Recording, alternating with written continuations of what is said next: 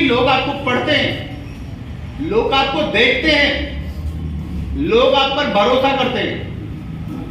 आप चाहिए तो भरोसा तोड़ दीजिए, आप चाहिए तो समाज में माचिस लगा के आग लगा दीजिए, फूंक दीजिए, दंगे करवा सकते हैं, आप सेकंडों में दंगे करवा सकते हैं।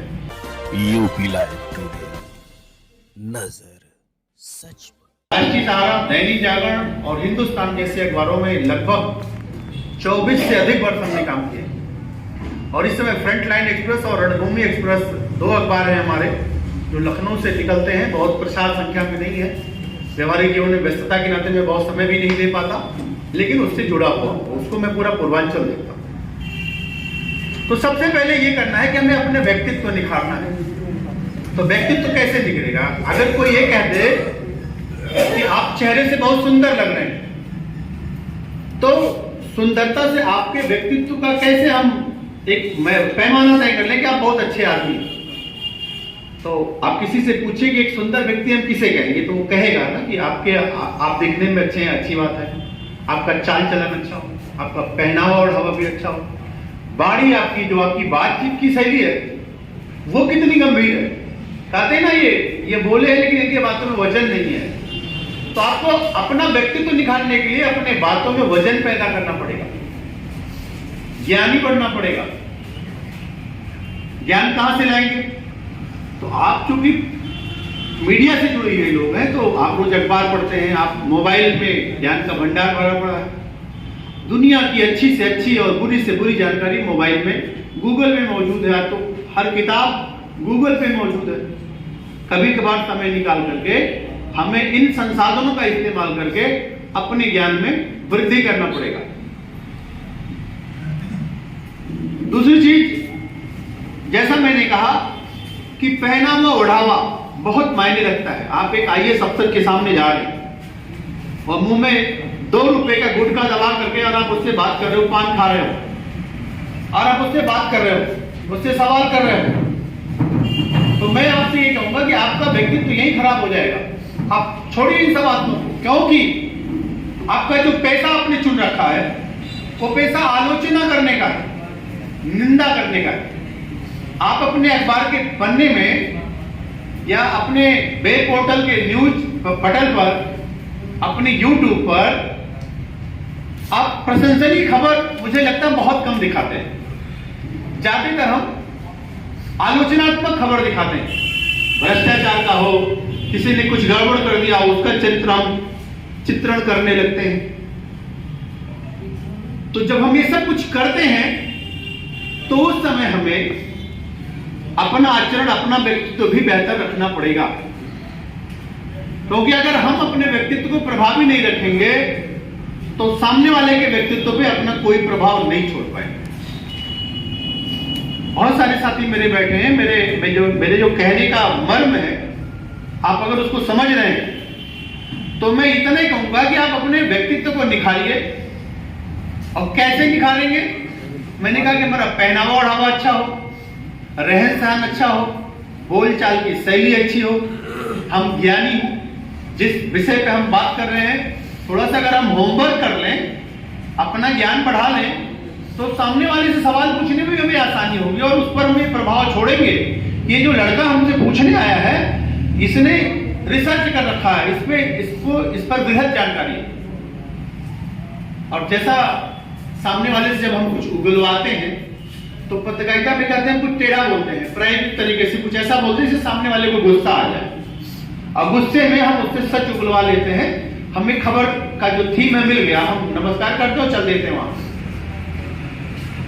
तो जी मुझे वाणी में जो विनम्रता है ना वो बहुत जबरदस्त होनी चाहिए।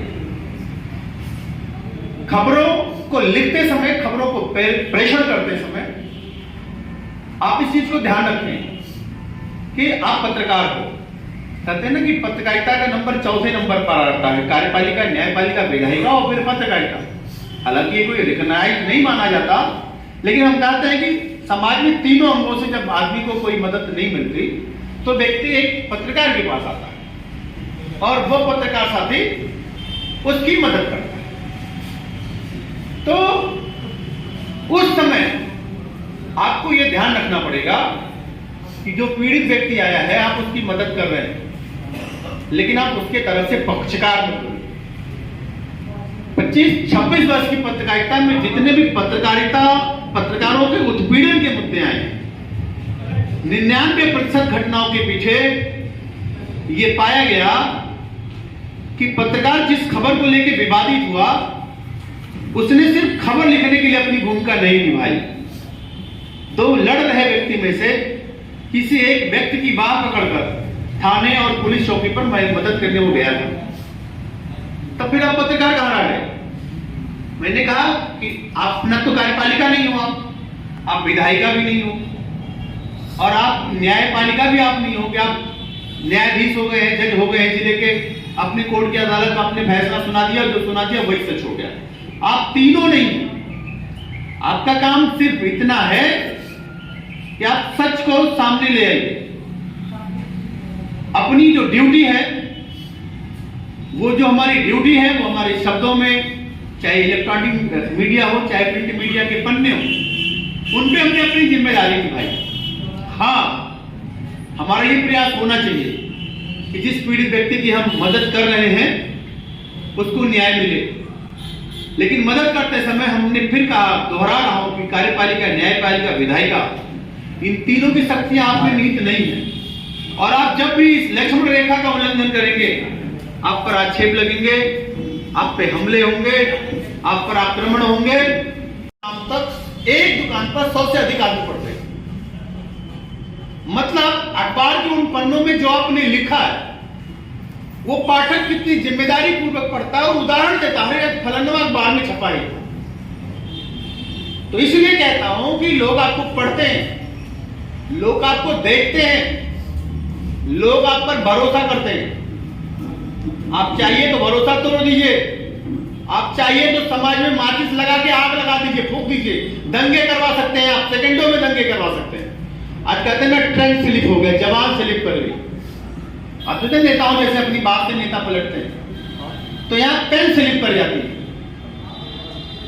खबर लिखते समय हमें इस बात का ध्यान देना पड़ेगा कि खबरों में पूरी जिम्मेदारी झलकनी चाहिए, शब्दों में जिम्मेदारी झलकनी चाहिए, क्योंकि जो आप लिख रहे हैं लोग उसको पढ़ रहे हैं, लोग उसको देख रहे हैं। और जब आपकी नियत उन खबरों में लिखते समय, आपके पेन में आपकी नियत समाहित हो जाएगी और लिखते समय आप पक्षकार बन जाएंगे, तो समाज के लोग आप पर उंगली उठाएंगे, आप उससे बच नहीं पाएंगे। Please subscribe and don't forget to press the bell icon to get notified whenever we upload a new video.